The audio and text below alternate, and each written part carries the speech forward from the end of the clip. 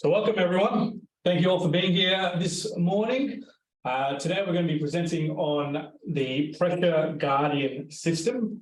So what we're going to look at today is a walkthrough on how to use the PressureGuardian, an outline of the benefits using the PressureGuardian in clinic, some case study presentation, then we'll have an open Q&A, and Dave will also sort of have a live, he'll connect to the PressureGuardian and let's ask any questions that you may have then. So we'll have that sort of live. Dave is a clinical prosthetist and orthotist with over 10 years of experience in neurological and high-risk foot management, notably a frequent user of the PressureGuardian within his clinic, utilizing the invaluable pressure measuring and loading information that it provides to help achieve the best outcomes for his patients. So without further ado, I'll hand over to Dave, and I'll just ask if you haven't muted your microphones, please do so. Dave, over to you. Perfect. Thank you for that introduction. I'm going to share my screen with everyone. Let's see here. All right. Can everyone see my screen okay? Perfect. All right. So we'll just start out with a little bit of background on the company itself. So our company was founded as a clinical practice with a fabrication lab back in 1992 by Robert Tilgis. And we run a pretty busy clinic, and then we fab pretty much about 98% of our braces in-house, and we outsource very little. We're a family-owned and operated office. It's my father and 4 of us brothers are involved in the operation. And then we started central fabbing products in 2012, and that's shortly after when we partnered with Head to Foot in 2013 as a distributor in Australia. So to dive right into kind of the PressureGuardian, we use it a lot in our clinic, a lot for our diabetic patient population and wound management.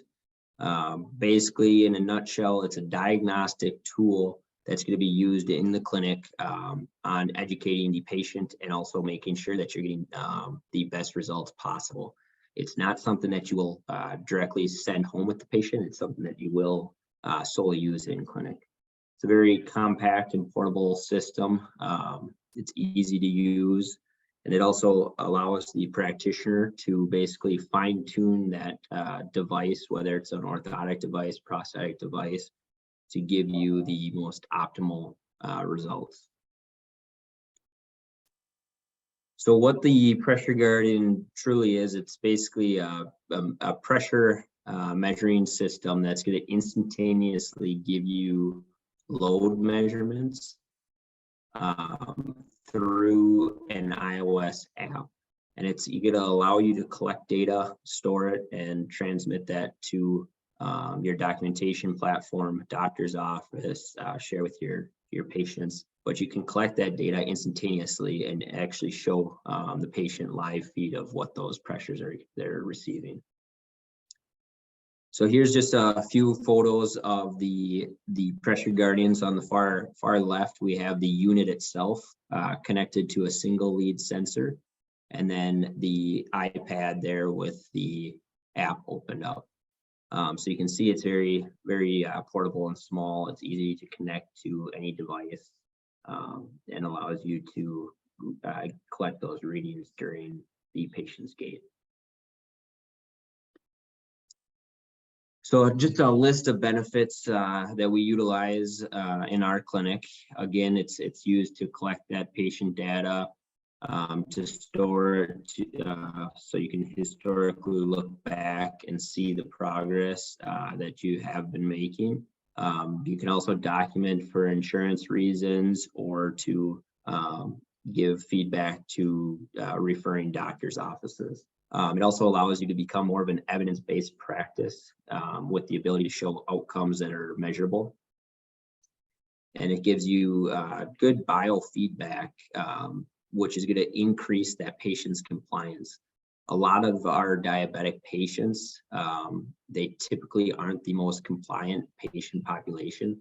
So really showing them that we have them in a device that's truly going to offload those diabetic wounds or areas of pressure really gives them the buy-in of that brace.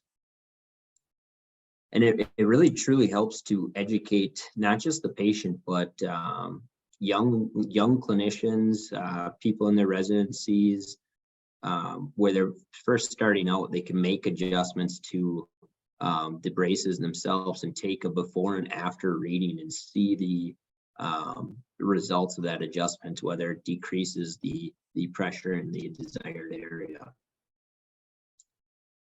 And it's a great marketing tool if you're having trouble getting into any clinic, wound clinics, into doctors' offices. You can show them the technology that you have and get their buy-in on it to better serve their patients.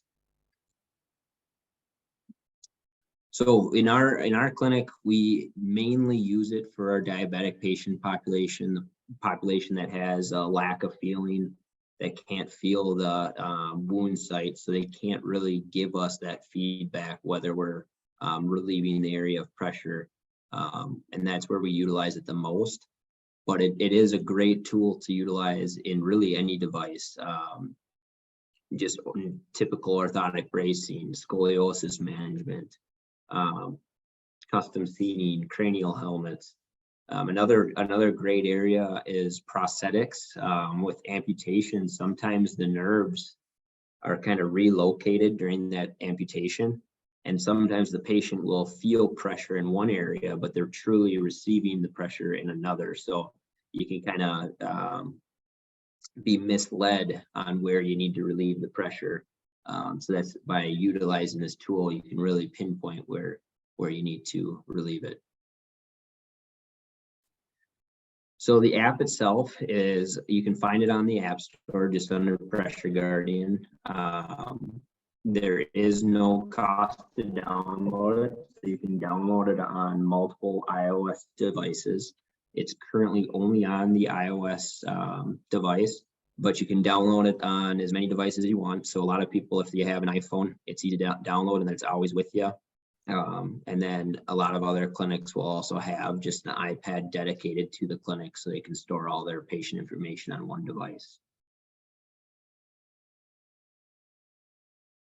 So the app does consist of basically 5 main screens, which we will kind of go through briefly in the PowerPoint here.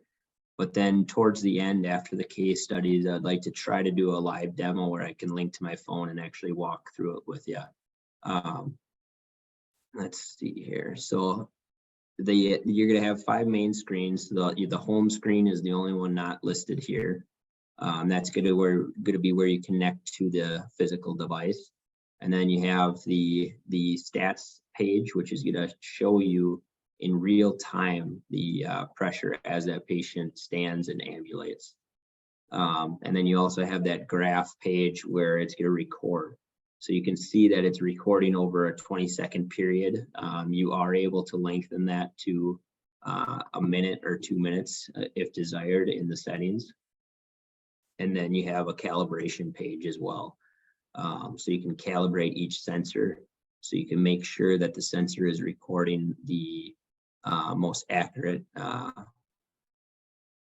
pressure that you can measure. And then we have the patient page. So this is where you're going to enter in all the patient information that it's going to store historically. So you can enter in their wound size, length, width, depth, where your sensors are actually positioned on the foot or the device.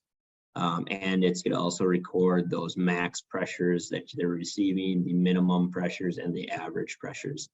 And then it's going to store that information so you can look back at it throughout the progress of that patient. You're also able to email these hard copies directly to the patient or their doctors or yourself for storage. So you can run up, so the photos you've seen so far are basically a single lead sensor to measure one site at a time, but you can run up to 4 sensors at a time. You can measure in PSI or KPA, and then you can set that duration of time to 30 seconds, 60 seconds, or 2-minute mark. And then I'll show you some photos here in a minute. There is a calibration jig that you can use to make sure those sensors are accurate when doing studies. And then it's also going to record again the max, min, and average pressures during the duration of that gate cycle. So calibration, it is important to calibrate, especially if you're doing studies.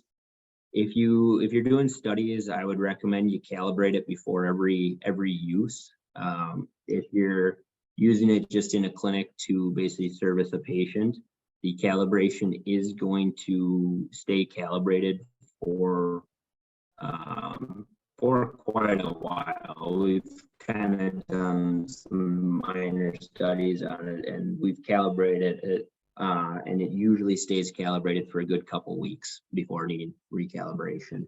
But it's just important to calibrate. That way you can basically make sure that the measurements that you're taking are very accurate. So this is a photo of the jig itself that you're going to use to calibrate. So it is fairly portable itself. It comes in basically a briefcase that's easy to take with you to any clinics you're going to. It's pretty straightforward to calibrate. I'll kind of walk through more of that in the demo at the end. And one key thing to note is when you calibrate it, it's going to be calibrated to that specific iOS device. So it's not the iPhone or iPad. So if you use a different iPad, you still want to calibrate it to that iPad. So the way calibration is done is you're going to take 3 set points of pressure. So that jig, you're allowed to put pressure on the sensors utilizing that jig. And you're going to try to take basically around a 10 PSI for the first set point, around a 20 PSI, and around a 30 PSI for the second and third set point. Once you've calibrated those 3 set points, you'll basically save that and then just verify that the sensor has been calibrated appropriately. And again, we'll go through that towards the end here. So the sensors you are able to reuse them. You are able to clean and sanitize the sensors. Typically what we recommend is you can take a rubber glove and cut one of the fingers off and put it over the sensor to keep it clean during use. But if it does get dirty, rubbing alcohol or disinfectant spray is easy to clean them and allows you to reuse them. That you can also use cellophane to kind of protect the sensors as well. So this is just an offloading AFO, kind of to show the use on how we utilize the sensor in our clinic, but it can be again used in any type of offloading AFO that solid ankle AFO with a removable inner boot. And you can actually see in that boot, we're able to remove that and hog out where those wound sites are to kind of create a trampoline effect to really reduce those pressures in that area. And that's where we'll take a before and after reading. So before we hog out that boot, we'll take a before reading, hog it out, take a after reading, and see how far we've decreased those pressures.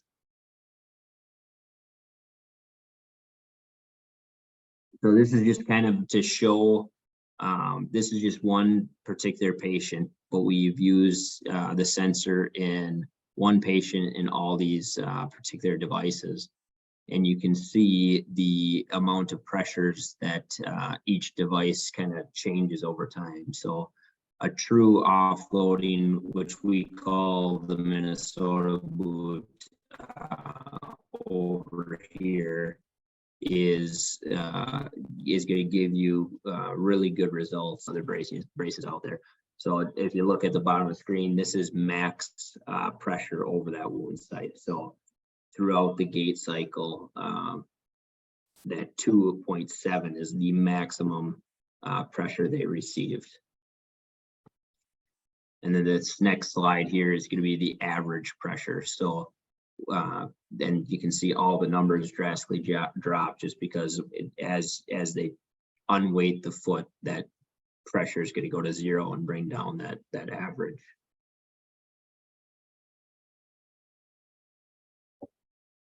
This is basically just showing again, very similar brace design. One thing I do want to note, you can see the 2 straps at the calf section. In the next slide or two, we're going to see a more drastic calf section that's going to act more like a corset to really off-weight midfoot and heel wounds, to really grab the calf like a corset and really bear the weight through the calf section. Yeah, so you can see we have basically a clamshell design up top around the calf for these really large heel wounds to really take the weight of the patient in the calf and off-weight the heel of the foot.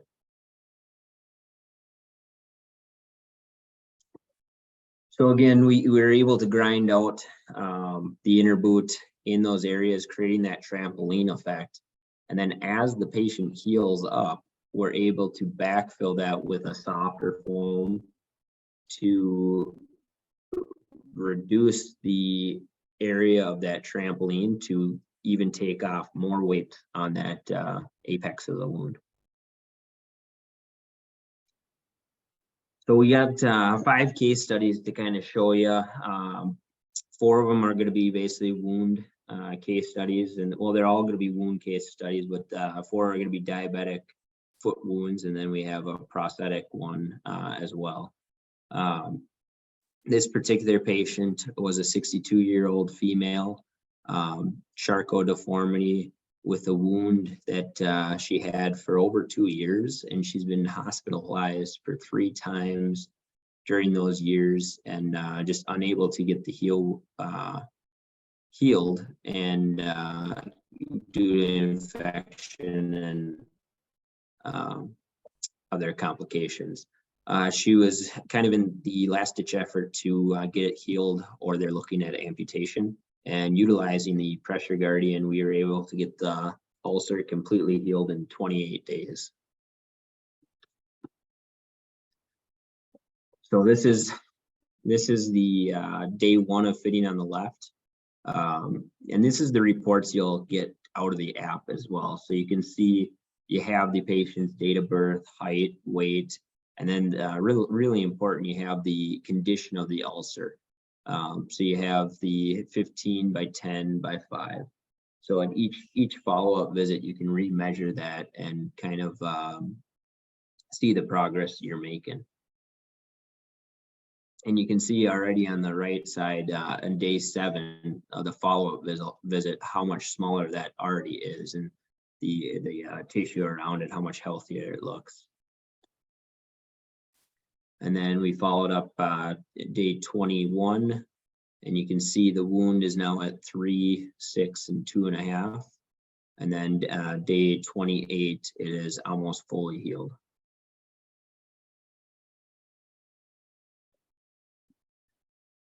So this is a 63-year-old male, again with diabetes, cavus foot deformity, that is battling a wound for the past 6 months. And again, the doctor was looking at amputation for the patient. This one did take longer to heal, about 70 days to kind of fully heal. But it is a much larger wound as well, and it's directly over the heel. So at heel strike is where he's going to get the most pressure. And that's what's nice about the graphs on these two. So you can really see it in the second photo on the right, where you're getting that peak kind of pressure at that 2 psi. That's going to be, if you watch the patient walk and you record it, you're going to see that at heel strike, that's where he's getting that peak plantar pressure. So by looking at the rocker of the device and making it more fluid motion, we're able to bring that down as much as possible. And then again, it's really easy to see clearly the progress this patient's making. And then on day 70, he's fully healed.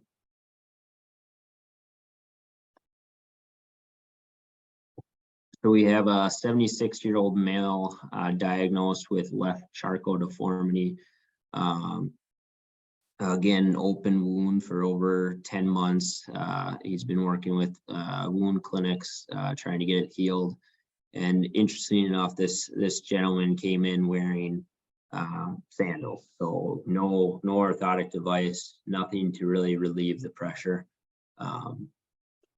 So it really comes down to compliance too on a patient like this. Really educating them that it's a pressure made sore due to your foot deformity. So giving them a really good orthotic device that's going to allow for offloading, and then actually showing him the pressures that you're able to reduce. So for this particular patient, we took a reading of the pressures in his sandal over the wound site, and then in the offloading AFO. Unfortunately, I don't have the pressures that he was getting in the sandal, but they were significantly higher than what we're seeing here. So generally with a lot of these patients, you can see they're over 200 pounds. This particular one's 250 pounds, but you can see the pressures we're getting are below 3 pounds of pressure over that wound site. For most of our population, we're aiming for under 5 pounds of pressure for pretty much any weight and height.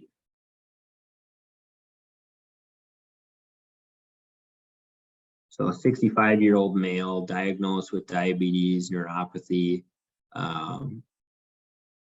and he's basically had an open ulcer for about 63 days at this point, wearing custom inserts within his tennis shoes. So you can see on him, he's actually got 2 wounds. One's on the lateral aspect of his foot and then the plantar surface. And this one, you can actually see we're utilizing multiple sensors to take those pressure readings. So in the graphs, you can see the 2 different colored sensors. And then in the data, you can also see the max pressure in the first and second sensor. And you can see the locations of each sensor as well.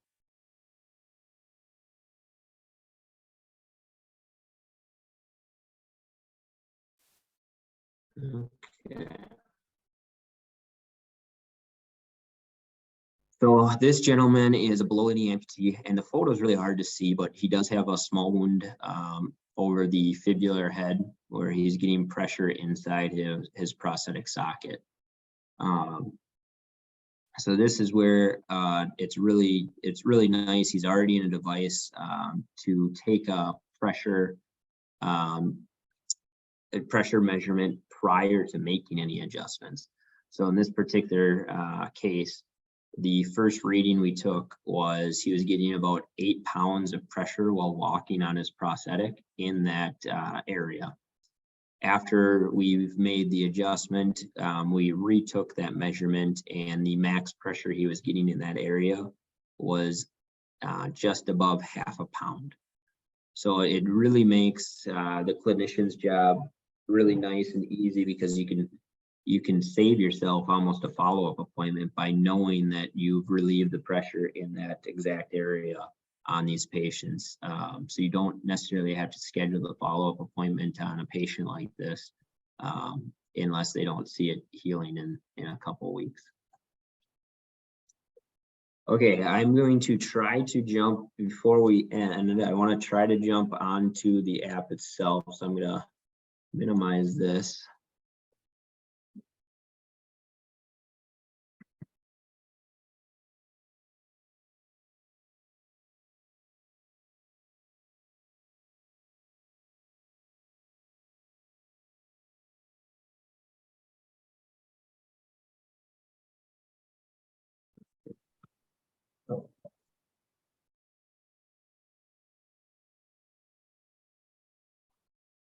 If you guys have any, while Dave is doing that, if you guys have any questions, just pop it in the chat and we will address that as we continue on with the webinar. So is there a way to maximize my screen, my personal screen where, oh, here, let me actually do this. I'm going to share. Okay, so you guys see my desktop, right? Yes. Okay, let's see if I can maximize this.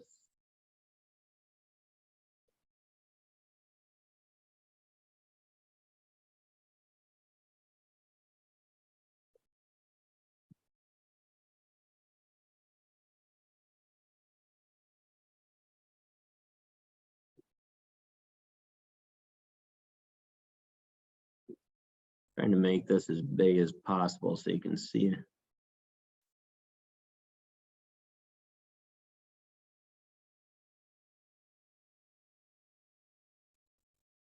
Okay.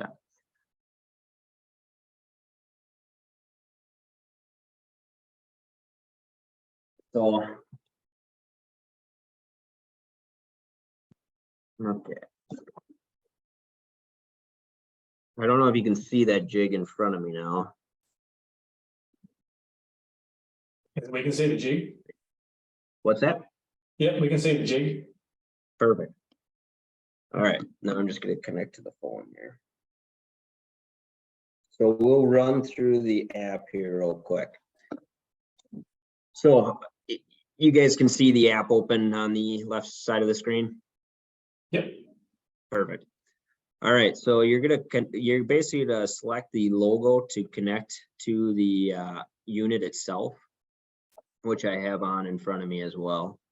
And for those of you that have units currently, you may have a Wi-Fi unit, which is going to be slightly different than the demo we go through today. We did in the last couple of years launch a Bluetooth unit, which just allows it easier connecting. So it works all off Bluetooth now. So you select the app and then the logo is going to change gold, notifying you that you have indeed connected. Now we're going to go over to our stats page here. So right now we're getting 0 pressure readings, and the reading's going to be taken over this 3/8 inch dot here. So as I push on that, you're going to see that needle kind of go up.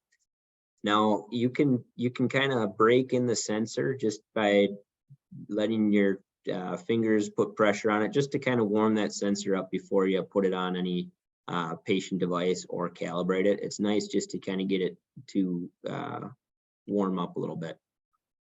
So what we're going to do is we're going to put it in this jig here. And then what I always want to do after putting it in the jig, I want to make sure that the app is reading 0 pounds of pressure, just to make sure that the sensor is not pinched in the jig. So we can clearly see, okay, it actually just spiked a little bit there. So we might have it pinched. Or another thing that it could be is there might be some air trapped in the line, so we can bleed that out, which I just did with the button here, and it looks like it stopped spiking on us. So, so we should be not pinched in the jig, and we should be ready for calibration. Before I calibrate it, I can just see how close we are to accurate right now. So what I'm going to be doing, which is going to be very number on the jig here, and seeing if it matches the number on my screen, which I'm off about a PSI or so, so about 1 pound per square inch. So it does look like we need to calibrate this. So I'm going to jump to the calibration page. And I'm just going to bleed this out one more time. So at this point, what I'm going to do is at each set point, I'm just going to give it one pump on the jig here. And then I'm going to let the jig kind of settle. And right now it's reading 8.9. So I'm going to put that in and click calibrate. So as you can see, the calibrate's got those 3 dots on the side. It's taking multiple readings per second to average them all out. And now that set point is done there, we're going to give it another pump, move to set point 2. Let the jig settle, and it's settling at 17.9. And we're going to hit calibrate. And then as that's calibrating, I'm just moving to set point 3 to get ready. And that set point 1 is finished. So we're going to go to another pump into the jig, let that settle, and now it's reading 26.8. And we're going to hit calibrate. So after that's done calibrating, you can hit the return button, which I hit a little early, which is fine. But once all 3 set points are done calibrating, I'm going to come up here and hit the save button. Now, if I wanted to calibrate multiple sensors, if I was doing 4 sensors, before I hit that save button, I would swipe over to sensor 2, unhook the sensor in the jig and hook in sensor 2 and do the steps over again. Once we're all done calibrating all the sensors we want, we can go back to the stats page, and now I can see that it's reading around high 26 to low 27s, and I can verify using my jig that that's accurate currently. You might have a variance of half a PSI or so, but it should be pretty accurate. And then you can, when you're slowly bleeding that air out, you can just take another reading. So it's reading 16.9 on the jig for me, and I'm right close to that PSI. And then I just do it one more time. So now I know we're getting accurate readings. So we can pop that out. I'm going to set the jig aside. Now we're able to take recordings. So just to show you a couple of recordings. So right now I just have the 1 sensor. I could swipe to the left here and show all 4 sensors, which I don't have currently hooked up. I just have the 1, so that's the only one we're seeing as I push on this sensor. So this is where you can get live feedback and view it. So as I'm going to hit record here, so you just tap on the screen to record, and now it's recording those pressures. So you can visually see the average, the max, the min as they go, or you can move over to the graph page here and truly see where are they getting those peak plantar pressures. So is it at heel strike? Is it at toe off? I'm just going to go back and record that again. So you can see truly where they're getting it. And I've had patients where truly they didn't need an orthotic device. They just needed to be educated. I had a patient who had a wound on the base of the fifth, and it was because he was really walking with his toes toed in, and he was rolling right over that base of the fifth. And just by externally rotating his hip and having him walk, we were able to reduce the pressures from about 50 PSI down to about 5 PSI. So just by educating them on gait, we were able to reduce those pressures quite a bit. And then we have the patient tab here. So that's where you're going to enter all your patient information, which we can do just real quick. But I'd like to save some time for questions. I won't take too long. I won't fill out everything here. So we do have a question, Dave, and the first question is, do you recommend using PSI? We have found that calibration seems more consistent when compared to calibrating with the app set in kilopascals kPa. Yeah, I'll be honest, I've always done it in PSI, so I guess I would have to play with it a little bit in the metric system just to experiment. So I don't have a great answer But I can say when I have used PSI, I've been pretty accurate with the readings. Yeah, so Peter, if you're finding calibration more consistent with PSI, then continue using PSI. And the number two, I think you covered this, Dave, but how frequently should we calibrate? Yeah, if you're doing like a study, if you're trying to get published, or if you're doing any type of study with doctors or anything, I would calibrate it before every use, just to verify that you're getting the most accurate results. But if you're going to use it in clinic as an education tool for staff, an education tool for new clinicians, or an education tool for patients, I don't think you necessarily need to calibrate it every time.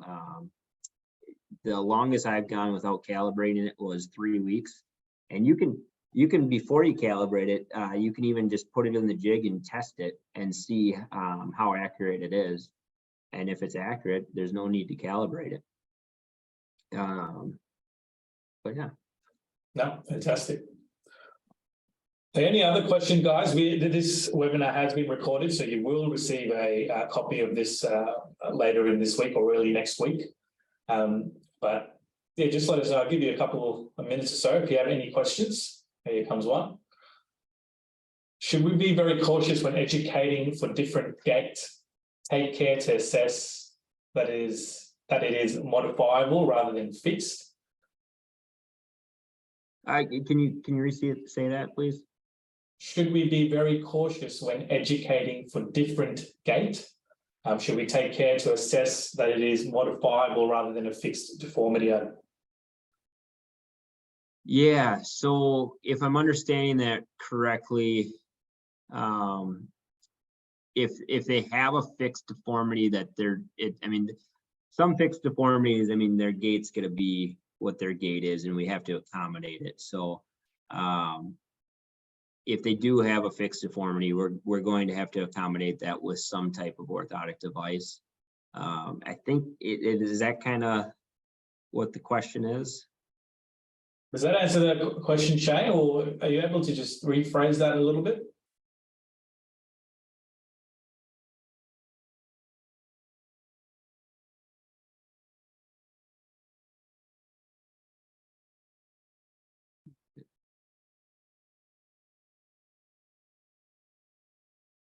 You want to just unmute Shane and just... Okay, it does answer the question. Yep, sorry. Can you hear me now? Yes, I can hear you, Shane. Oh, cool. Yeah, no, I'm just conscious that if many of these people are like me, I tend to default to habit as soon as I'm out of the clinic. And so I suppose I was cautious when you were suggesting that, say someone could remember to externally rotate a little bit to offload that fifth in the case that you identified. I guess I was just sort of thinking about caution, because I suspect that people revert very easily, and an ongoing orthosis might be a more guaranteed way to offload. Yeah. So you're absolutely right. So this gentleman, we did put in just for orthotics, but we also recommended PT for him. Oh, good. Yeah. For that reason, because old habits are very, very hard to get rid of. But we didn't want to over brace that particular and that was a really rare case too. I don't expect to see that myself. At least the results we saw that quickly just by a gait change. That was quite drastic in my opinion, but it was amazing, just a little tweak to his gait, how much pressure it can really be relieved. Right. Another one, Dave, it's how would you use it for cranial as well as for scoliosis to get readings? So those are going to be definitely more challenging. I personally have not used it for either. I do know a couple of clinicians that have, and the sensors are very flexible. So typically you're going to cut slits in the plastic of the braces, And before donning, you're going to hook the sensors through those slits and just basically bend them right down to the wall of the device and tape them in.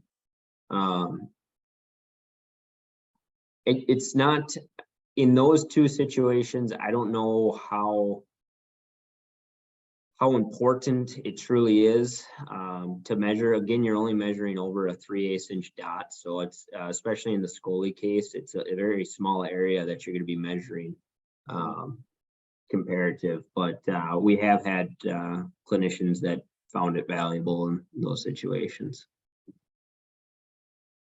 Cool. I'll try and get a little more information on that for you, Rose, and perhaps email it through to you once I have a chat with Dave. Any other questions, guys, or? Okay, great. Well, thanks, Dave. And oh, here we go. Sorry, we got one more. You mentioned keeping below 3 psi. Is there a general